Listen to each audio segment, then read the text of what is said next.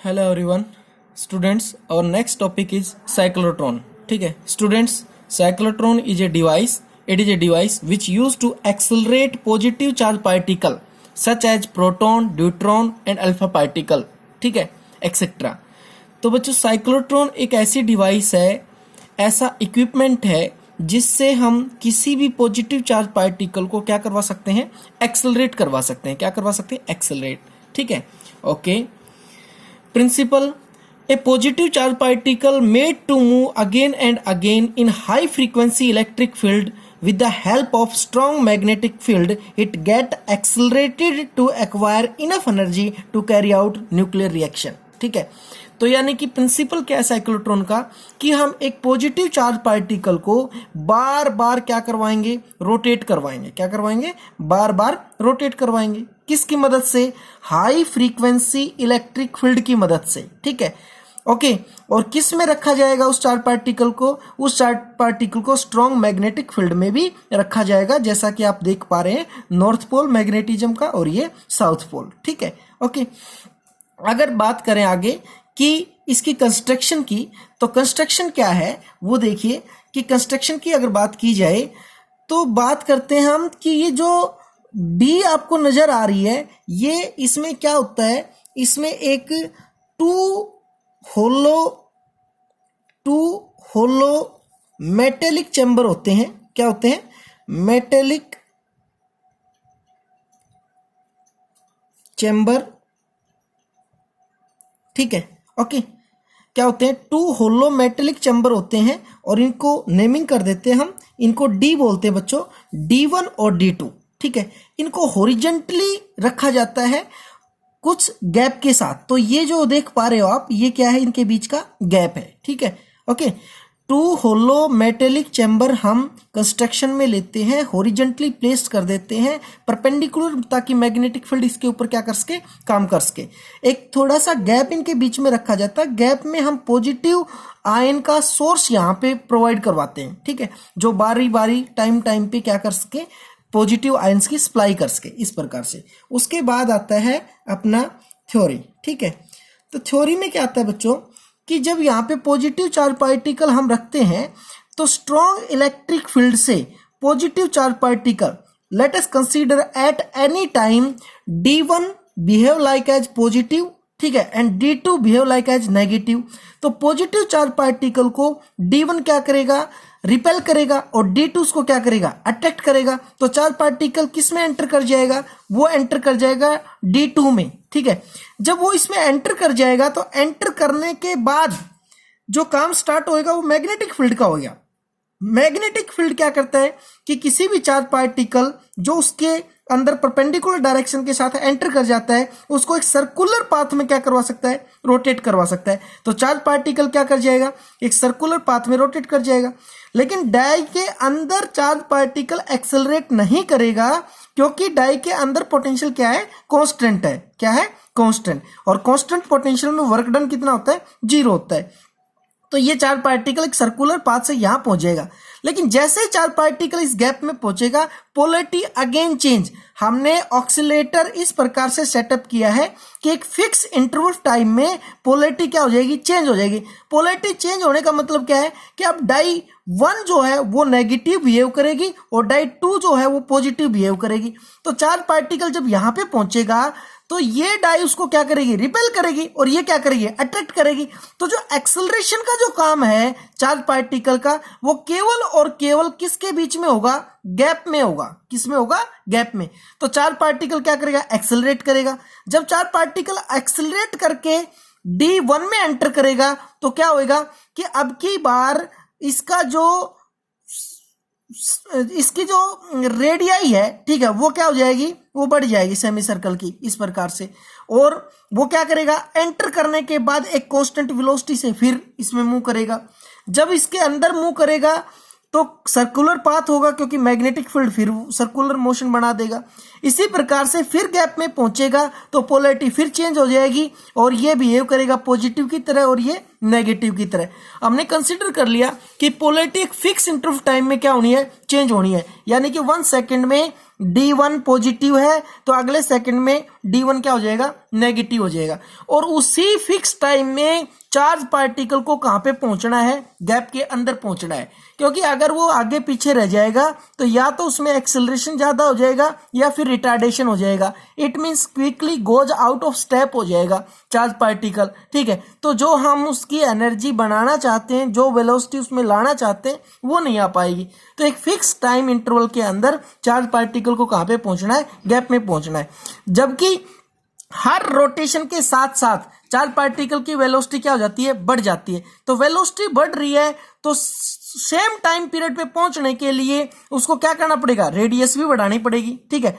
अब जब वेलोसिटी बढ़ रही है तो साथ साथ क्या बढ़ रही है, रेडियाई भी बढ़ रही है, तभी एक फिक्स टाइम इंटरवल में कहां पे पहुंच पाएगा चार्ज पार्टिकल, गैप में पहुंच पाएगा, ठीक है। ओके, तो जब चार्ज पार्टिकल इस प्रकार से रोटेट करेगा तो मैग्नेटिक फील्ड के कारण जो रिस्पॉन्सिबल फोर्स होता है वो क्या होता है, F is equal to q v B sine theta. लेकिन हमने एक परपेंडिकुलर मैग्नेटिक फील्ड डी के ऊपर लगा है, तो इसका मतलब क्या है कि थीटा इज इक्वल टू कितना है, 90। तो यानी कि F इज इक्वल टू क्या हो जाएगा, क्यू वी बी। ये जो फोर्स होएगा ये रोटेशन का काम करवाएगा। और इलेक्ट्रिक फोर्स होएगा F is equal to q E, ये क्या काम करवाएगा, केवल एक्सेलरेशन का काम करवाएगा, कि चार्ज पार्टिकल को एक्सेलरेट करवाएगा।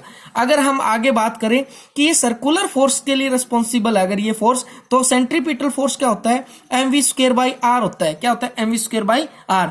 तो अगर जो मैग्नेटिक फोर्स है वही सेंट्रीपिटल फोर्स प्रोवाइड कर रहा है तो दोनों को इक्वेट करवा दें। इसका मतलब q v B is equal to mv²/r, ठीक है। v से v क्या हो जाएगा, एक कैंसिल, यहाँ पे r की वैल्यू निकाल सकते हैं, r हो जाएगा mv/qb, ठीक है। ये हमने किसकी वैल्यू निकाल ली, ये हमने वैल्यू निकाल ली r की, ठीक है। और अगर आगे इससे पढ़े हम कि अगर time period to cross 1 NAD, ठीक है, ठीक है ना, time period to taken by charge particle to cross half semi circle, ठीक है, sorry semi circle, half semi circle नहीं, सेमी सर्कल, ठीक है। सेमी सर्कल का ही टाइम पीरियड क्यों निकाल रहे हैं, क्योंकि देखो बच्चों, हम पूरा कंप्लीट सर्कल तो कोई भी नहीं है कि एक फिक्स रेडियाई का सेमी सर्कल ही है, अगले का रेडियाई का ये सेमी सर्कल है, उससे नेक्स्ट का फिर ये सेमी सर्कल है। क्योंकि जैसे जैसे वेलोसिटी बढ़ रही है, क्या बढ़ रही है, रेडियाई भी बढ़ रही है, ठीक है। तो अगर बात करें time taken to complete 1 semi circle, तो एक सेमी सर्कल का टाइम पीरियड क्या हो जाएगा, πr/v, ठीक है। क्यों, v वेलोसिटी है किसी भी एक सेमी सर्कल में और πr सर्कम्फ्रेंस है हाफ सेमी सर्कल की, क्योंकि कंप्लीट सर्कल की क्या होती है, 2πr होती है, तो सेमी सर्कल की कितनी हो जाएगी, πr हो जाएगी। ये जो टाइम पीरियड है ये प्रत्येक सेमी सर्कल का सेम है, चाहे इसकी बात करेंगे तो भी यही, यार इसकी बात करेंगे तो भी, इसकी बात करेंगे तो भी, लास्ट वाले की बात करेंगे तो भी, ठीक है। इसका मतलब इस साइड भी यही सेमी सर्कल का टाइम पीरियड है। तो कंप्लीट टाइम पीरियड क्या हो जाएगा, कैपिटल T।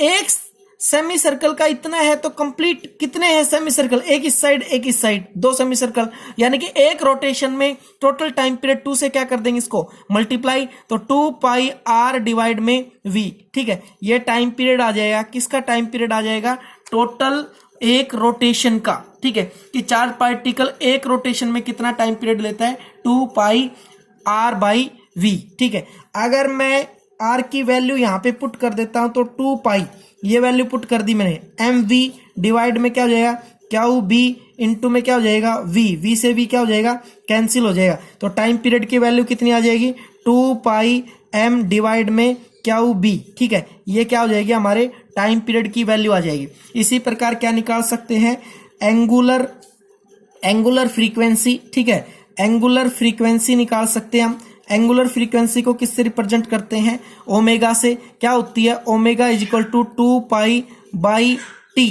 ठीक है ना, 2π/t। तो हमारे पास टाइम पीरियड की वैल्यू क्या होती है, टाइम पीरियड की वैल्यू हमारे पास 2π डिवाइड में 2πm और ऊपर चला जाएगा क्यू बी, 2π से 2π कैंसिल, तो एंगुलर फ्रीक्वेंसी हमारी आ जाएगी क्यू बी डिवाइड में क्या जाएगा, एम आ जाएगा, क्या जाएगा, एम। ये आ जाएगी हमारी एंगुलर फ्रीक्वेंसी। इसी प्रकार से क्या निकाल सकते हैं, फ्रीक्वेंसी भी निकाल सकते हैं हम, ठीक है ना। क्या निकाल सकते हैं, फ्रीक्वेंसी। फ्रीक्वेंसी को हम न्यू से रिप्रेजेंट करते हैं, क्या होता है, रेसिप्रोकल ऑफ टाइम पीरियड होता है। तो टाइम पीरियड हमने पहले निकाल चुके हैं हम, क्या है, क्यू बी, ठीक है, डिवाइड में 2πm, ठीक है, रेसिप्रोकल ऑफ टाइम पीरियड हो जाएगा।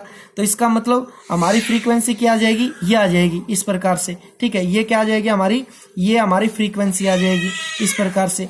Maximum kinetic energy gain by A charge particle in cyclotron, cyclotron में कितनी maximum energy charge particle gain करेगा वो भी निकाल सकते हैं। तो मैक्सिमम काइनेटिक एनर्जी कितनी होगी, काइनेटिक एनर्जी, तो काइनेटिक एनर्जी का फॉर्मूला क्या होता है बच्चों, वो होता है हाफ mv², ठीक है। तो v की वैल्यू हमने निकाल रखी है कि यहां से अगर v की वैल्यू निकाली जाए तो क्रॉस मल्टीप्लाई कर देंगे बस। तो v किसके बराबर आ जाएगा कि v इज इक्वल टू, ठीक है, क्या हो जाएगा कि आर क्यू बी डिवाइड में m, ये हमारी किसकी वैल्यू आ जाएगी, ये हमारे पास वैल्यू आ जाएगी v की।